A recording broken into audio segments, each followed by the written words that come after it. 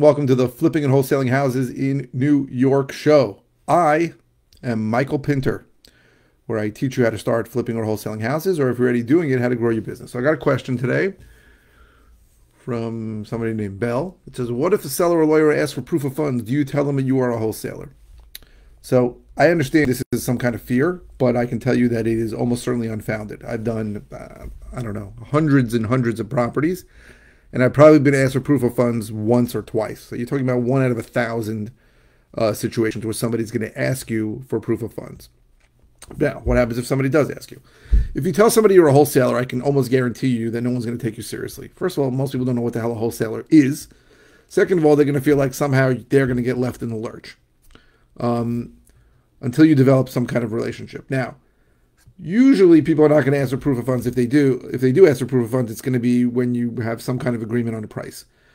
So you have a few options. The first option, I think the easiest one to do, is to get a letter from a lender. A lot of hard money lenders will send you proof of funds, and it's basically a letter saying that you are Mr.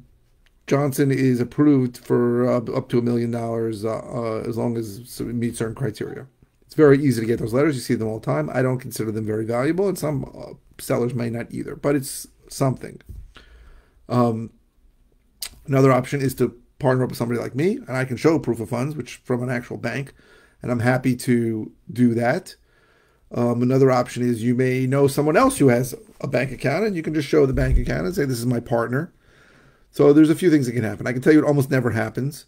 And I am not one to talk about wholesaling. Now, I understand, and we're going to deal with some of these other questions, that it is somewhat disingenuous that I am implying to a seller that I'm going to close when I am not going to close. I understand that. And the truth is, I believe I should. I had a wholesale closing today, and I didn't do it.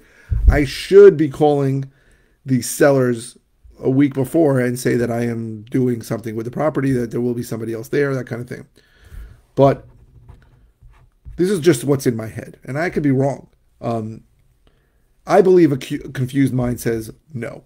So if you go to someone and say, hey, I'll pay you $420,000, by the way, I'm going to look for somebody else to assign it to, it may or may not work. Now, I have a great friend, Greg Helbeck, who's a superstar, and he's much more transparent about these things. And he basically says, listen, I'll get you your number, but you got to let me try and make some money too. And therefore, he sort of explains, the concept of wholesaling. I honestly do believe that that you can only pull that card out of the deck when you've built up enough rapport that the seller believes you can help him. So I would not whip it out in the beginning, but if the seller believes you can help him, and your basic stance is, listen, I'm getting you your price. I'm going to try and go out there and find someone who could maybe pay me a little more. You can be honest with that if you want to be. I want to be more transparent than I am. I know that I don't like being dishonest, and I don't like being in a gray area, but it's something that I need to work on and sort of get into my repertoire, and I don't. So it's something to talk about. But when it comes to proof of funds, those are really your options. Call a hard money lender, ask them if they can give you proof of funds. Many of them will offer you a letter, no problem. Partner up with me or somebody else who can show proof of funds. And I think that's pretty much the answer for what to do. But I can tell you that, again, this, like many things that people are afraid of before they start, it really doesn't exist. It's very, very, very rare that you get asked for it. Very. You're going to need proof of funds if you're buying from, let's say, an auction. They're going to require proof of funds. I know that I use a disposition platform called InvestorLift, and that I like very much. And on it, they request proof of funds when a buyer puts in an offer, but it's not required. So some people put it in, some people don't. But I can tell you that in general, it's usually not needed. By the way, I should even explain what proof of funds are. Proof of funds means showing that you have the money to close. So, like, I'll show a letter from a bank, but people show bank statements, people show letters from lenders.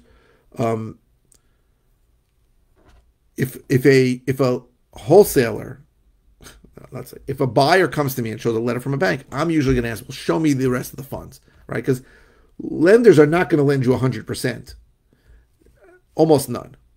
So you're going to need to show 10, 20% of the purchase price, plus you're going to need to show money to start a contract off, plus you're going to need to show money to pay the bill, pay the monthly payment. So there usually should be more funds there. But basically proof of funds is, hey, do you have the ability to close? I don't want to be talking to somebody who can't. But the thing is to say is, well, I don't have proof of funds because I'm just trying to wholesale it. I'm pretty sure that's going to get your seller to say, why the hell should I deal with you? But again, that could be just BS in my head. There's a lot of BS in my head, BS in everybody's head. And I know it's not something I need to improve. So I hope this was helpful. We're going to cut this one a little short. If you're interested in all the ways I can help you, go to howtoflipnewyork.com or learntoflipandwholesale.com. I hope that site is live. I don't want to take that call.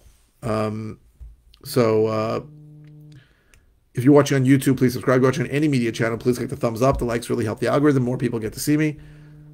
More people get to see my videos when more people like them, and it goes around and round. And what else? Oh, please keep the comments coming. This came by request. I post 5 times a week. I don't always know what to say, and your questions help me. So you can ask any question.